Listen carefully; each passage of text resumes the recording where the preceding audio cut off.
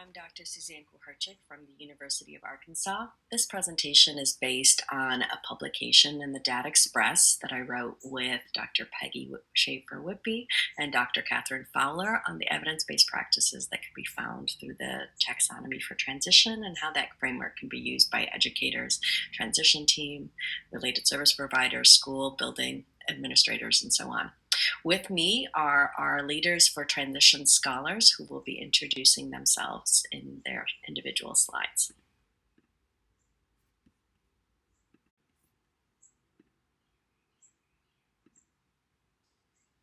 Dr. Kohler and Group organized the Taxonomy for Transition programming in these areas of focus, and each of our leaders for transition will be attending to one of these with some specific strategies to employ to support students and their families.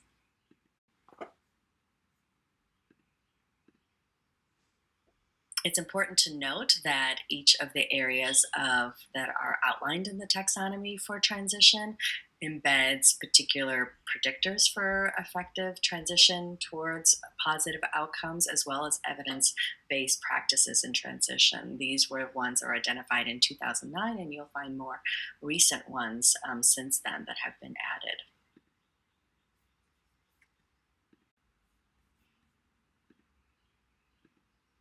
Hi, my name is Crystal Marion. I'm going to go over the student-focused planning section of the taxonomy, which includes IEP development, planning strategies, and student participation. In the transition taxonomy versus the traditional model, the student is now the team leader and the educator will take more of a facilitating role during the meeting. Student-led IEP meetings will look different for each student and are specifically tailored to the student's interests and aspirations, but are highly encouraged to increase self-determination skills. It is important that the transition team ensure that the student goals and activities are meaningful, manageable, and measurable, and are definitely followed up on. But for all of this to work, the team really needs administrative support to ensure that all the resources are in place, including related services, transition counselors, vocational rehabilitation, transportation, and access to other outside agencies.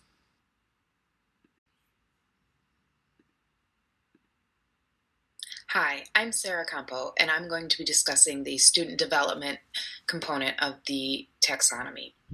Student development is so much more than just academic skills.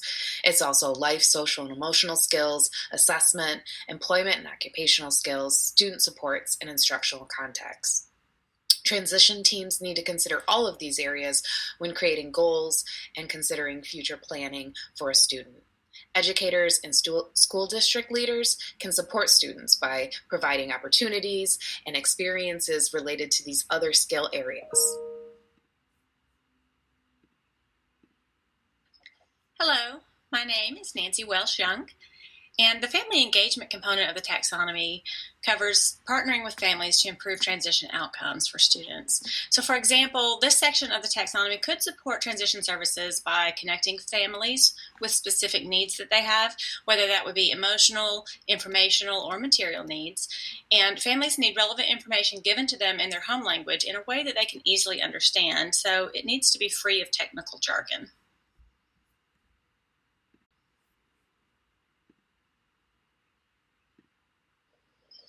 Hi, my name is Amelia Oswalt, and I'm going to be talking about the program structures portion of the transition taxonomy. This portion of the transition taxonomy covers program characteristics and evaluation, strategic planning, policies and procedures, resource development and allocation, as well as school climate. Educators, transition teams, and school district leaders can use this portion of the taxonomy when they're designing a new transition program or need to evaluate their existing transition program.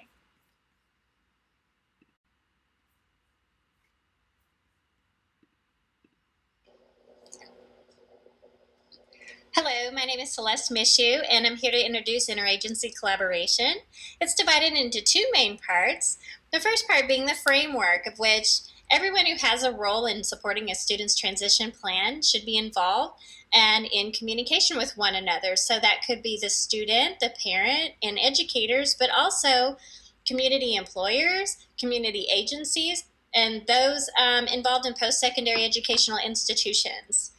The second main part is the service delivery, which is the actual carrying out of the planning and development of the transition plan.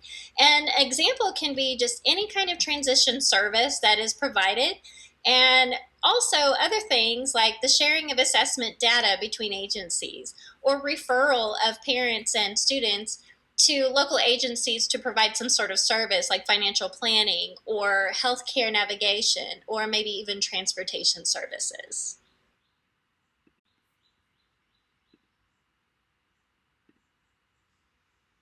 So, in summary, the taxonomy for transition offers a really nice framework for organizing our work, whether we are individual educators, whether we are a transition team, whether we are school or district level administrators, and other people in those roles at the individual or group level, to assess how are we doing, where are our strengths as a school, where are our strengths as an individual educator or related service provider, what are aspects that I really need to be working on, how might we prioritize development if we have a sense of where our strengths are, where are our areas of needs, where can we really boost supports for youth that are in transition and their families, and then how might we do that. So if we have a lot of area of growth in program structures, maybe that's where we really support our work.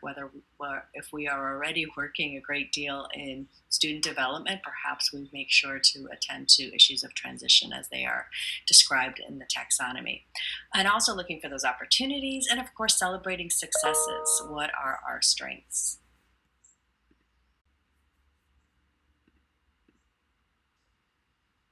If you have questions, you are welcome to contact me at the email on the screen.